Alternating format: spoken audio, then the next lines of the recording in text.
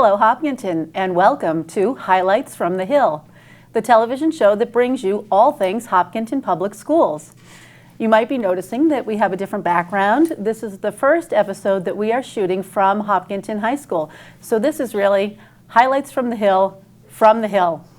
With me today is our school committee chair, Nancy Kavanaugh, and we are here to talk about budget and other things that are school committee related. As people may know, the school committee has control over policy and budget and the hiring of the superintendent. And so here we are to talk about those things this morning. Nancy, thank you for making the time to be with me. Oh, thank you so much for having me. It's nice to be in here and inside the high school and see the studio from here. So looking forward to it. Yeah, it's great.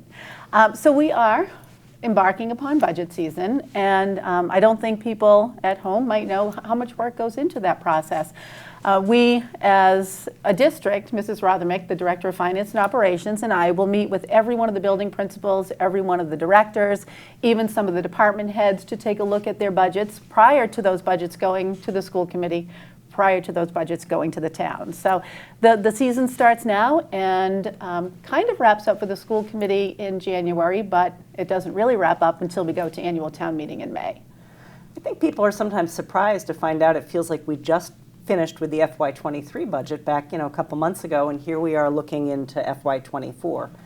The amount of planning that goes into it with each of the departments and understanding all of the needs that we have coming forward from the different departments within the school. Yes, and we really do start with what we like to call a zero-based budget. So we're building from the ground up.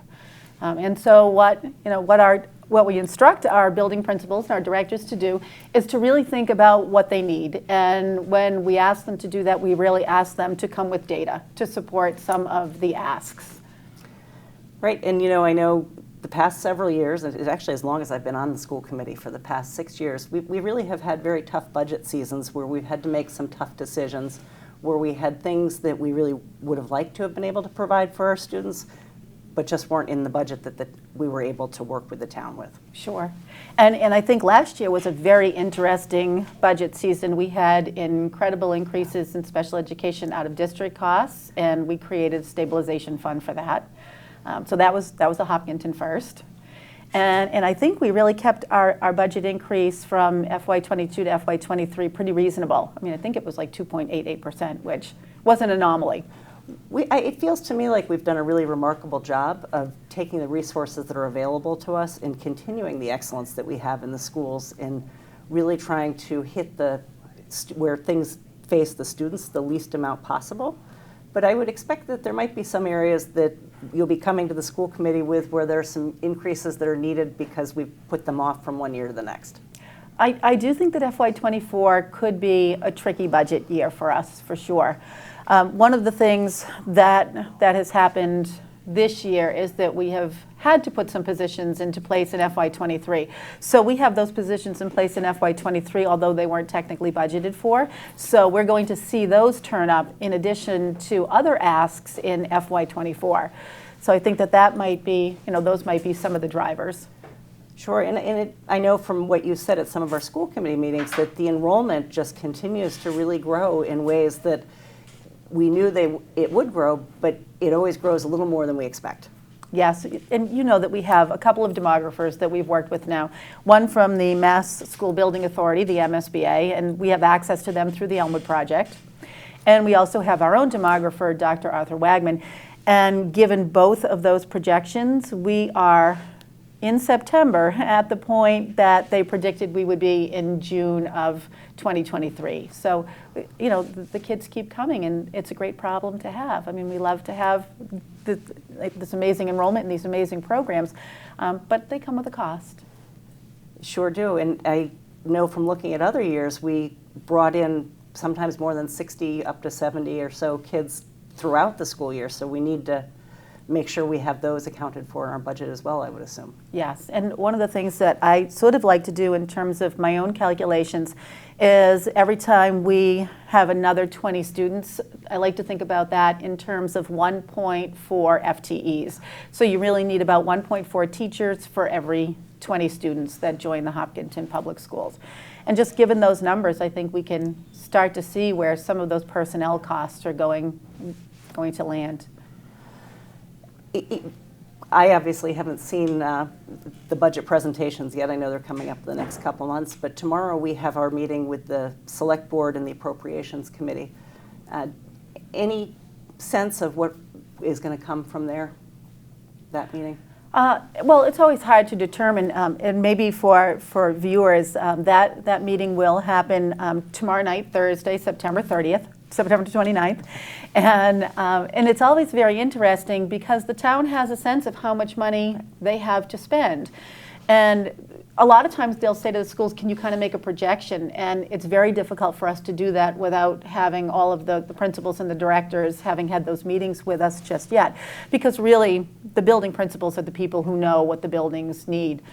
So I really don't have any sense of what that budget message will be, but I think we have to continue to articulate our needs pretty clearly to the town. I agree, and I always appreciate how all of the departments come forward to the school committee, and they start from the ground up with a zero-based budget. We have no assumptions of what is needed before we get those presentations and before they go through and they analyze what they have and what they're really able to need. But we have some really outstanding programs that I would assume have some needs this year.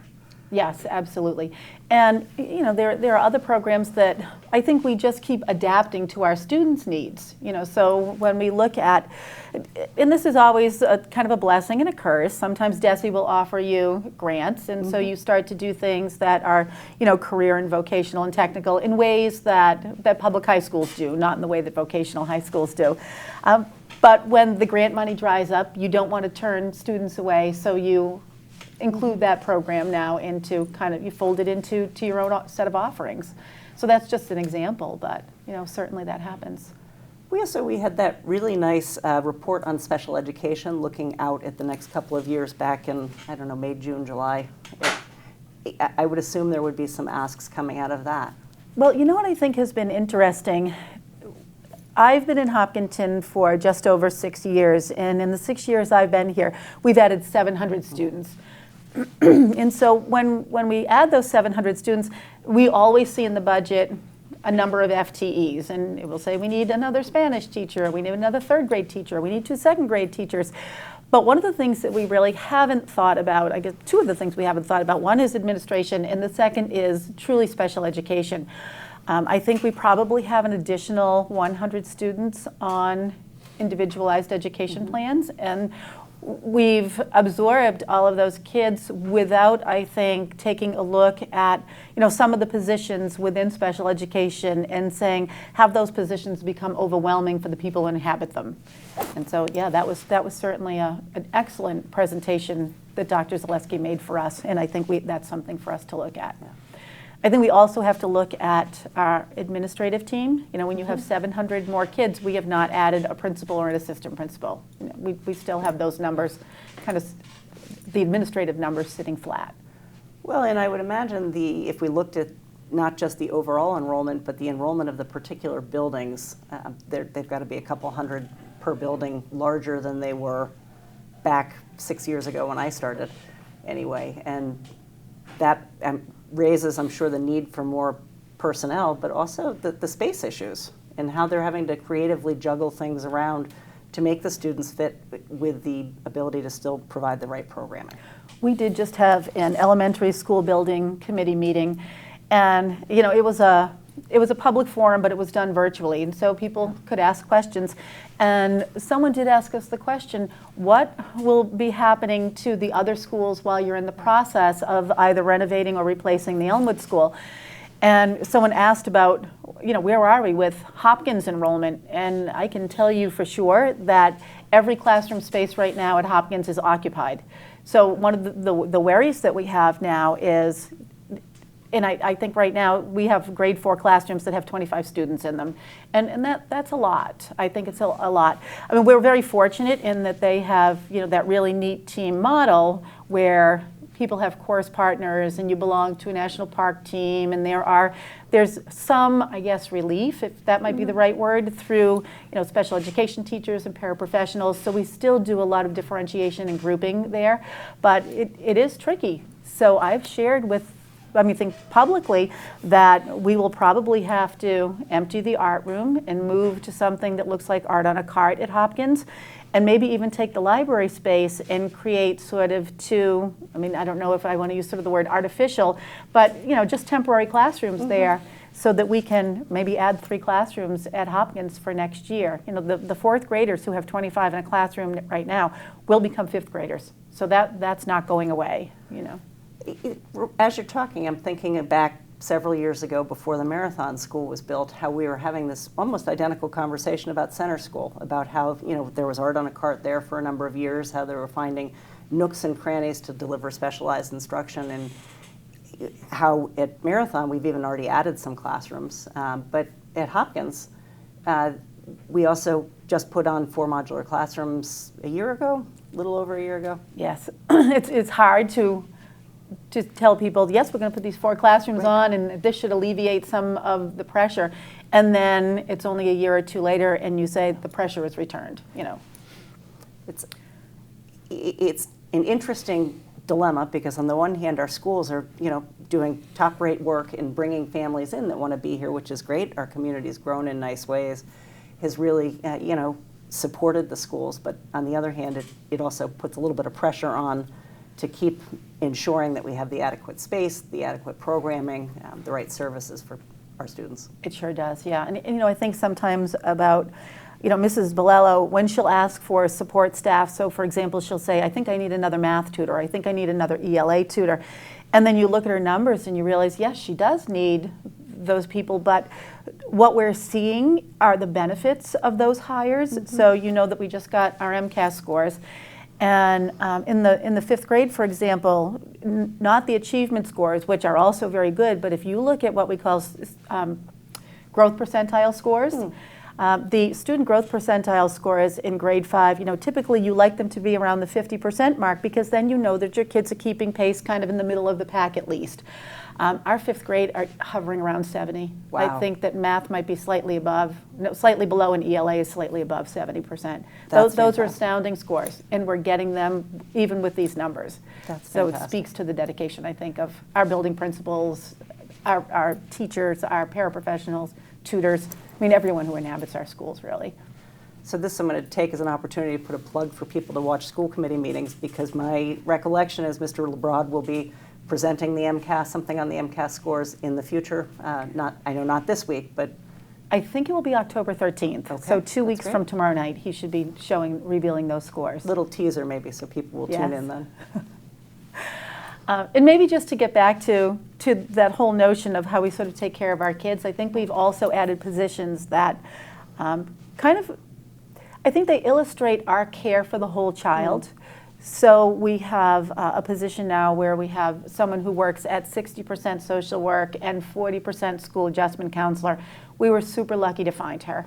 We've added a social emotional learning director for the district, and her work has been kind of amazing, because I think not every district has these positions, so we're blessed to have them, but they support learning in ways that keep our scores high and our kids in good places. But our social emotional learning director, when she came on board, she kept saying, but what data do you have to support some of the things that you're doing with SEL? And we kept saying, well, we don't really have data. After the MCAS test, we get some vocal data, but that's for grades 4 and 8 and 10.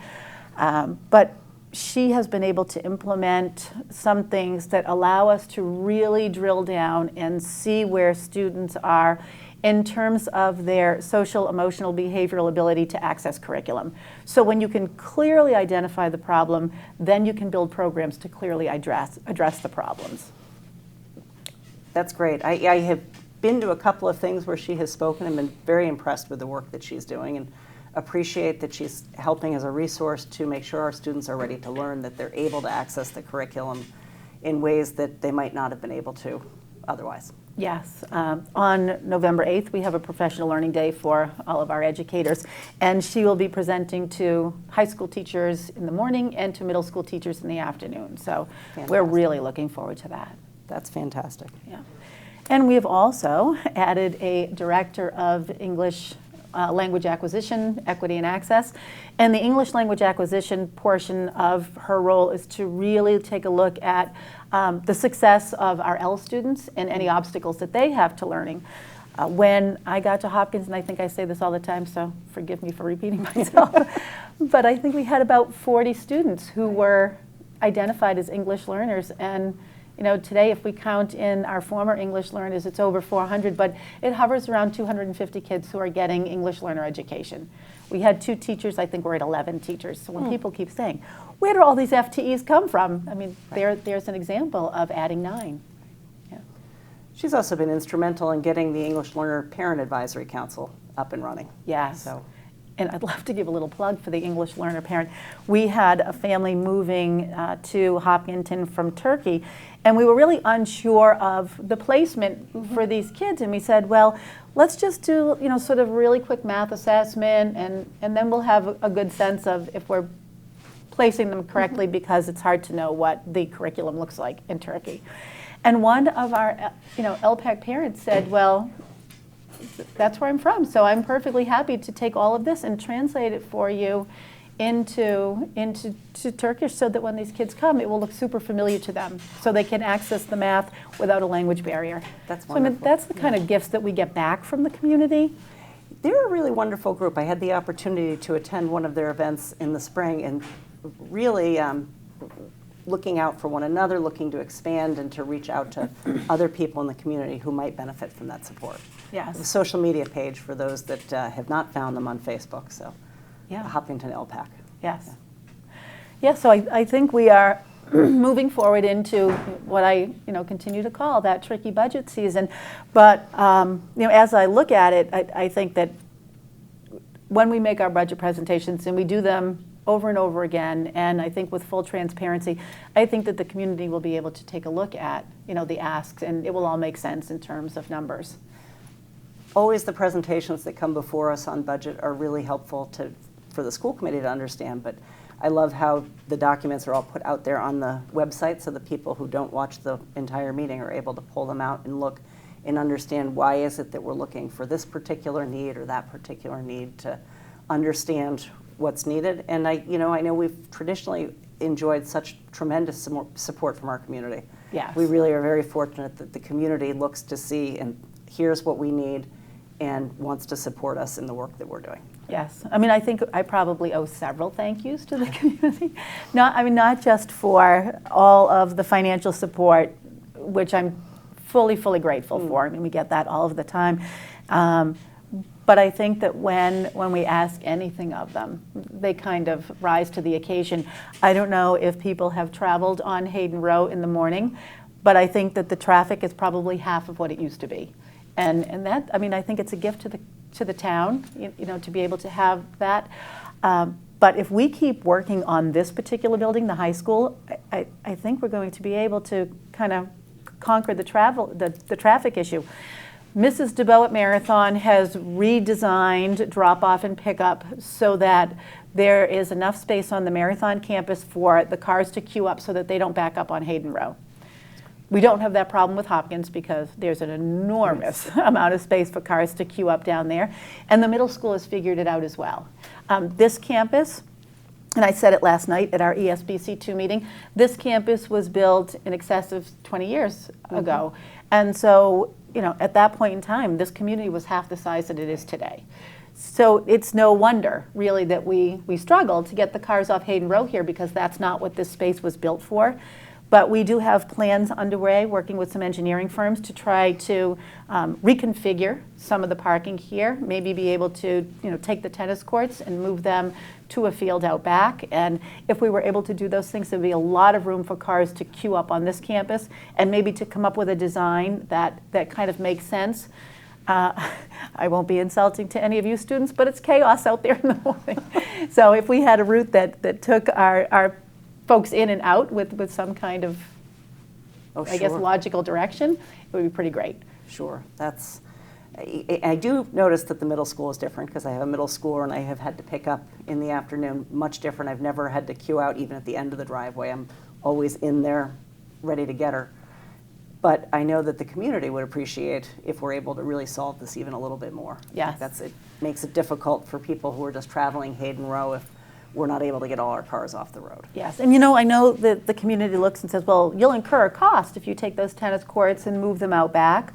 But I feel like there's a sensibility to it because you're improving the quality of life for everyone. So while up front there's a cost, I think long term there's some kind of resolution that really works for the 20,000 people who live here. And maybe we should talk a little bit about capital budget before we end this session.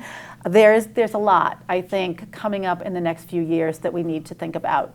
So the Elmwood School, right now that school could either be renovated or replaced.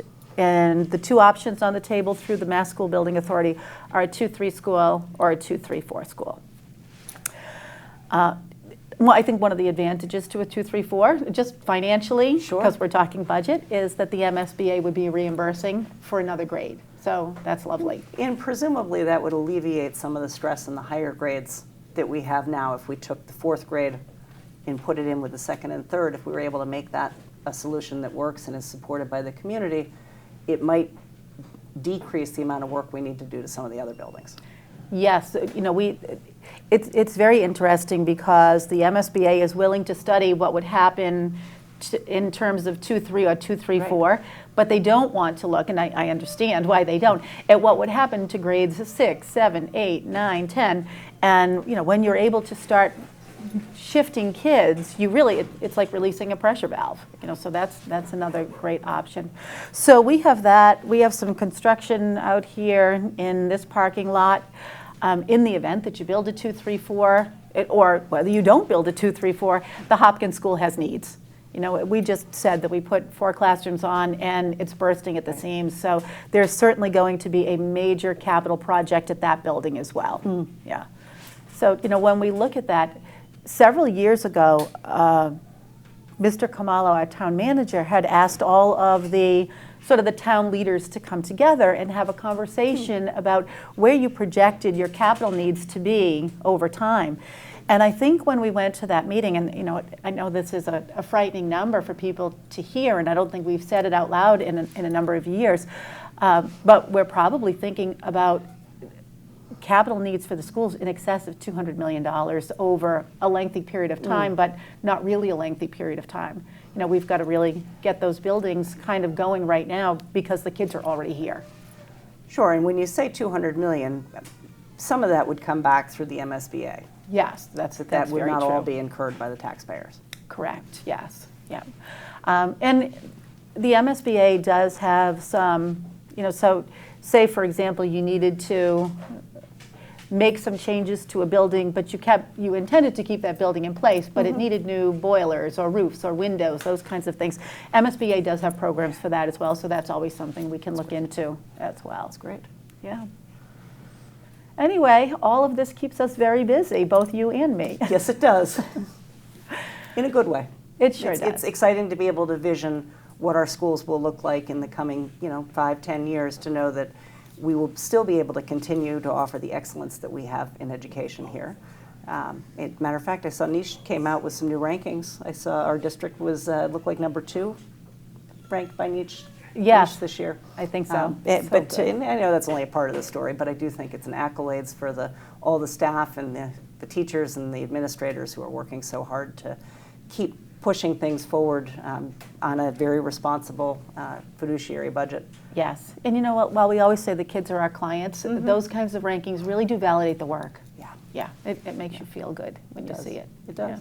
And our per pupil expenditures still remain low, even though we look at what feels like a big budget. When we look at the town, our per pupil expenditures have been consistently below the state average. Oh, yes, very good. And they've been, consistently below like all of the folks who are in this area, very much so. So, I think the taxpayer, I say it all the time, is getting a lot of bang for their buck, and we're really happy to provide that. That's great. Yeah. All right, well, I think our time is running out, so I want to thank you again for coming out and being part of the show, and I hope that folks at home enjoy it. Great. Thank you so much for having me. Yes, and nice to be here. For those of you at home, thank you for tuning in to Highlights from the Hill, and again, we are from the Hill. So I'm Carol Cavanaugh, your superintendent, and I look forward to seeing you on another episode soon.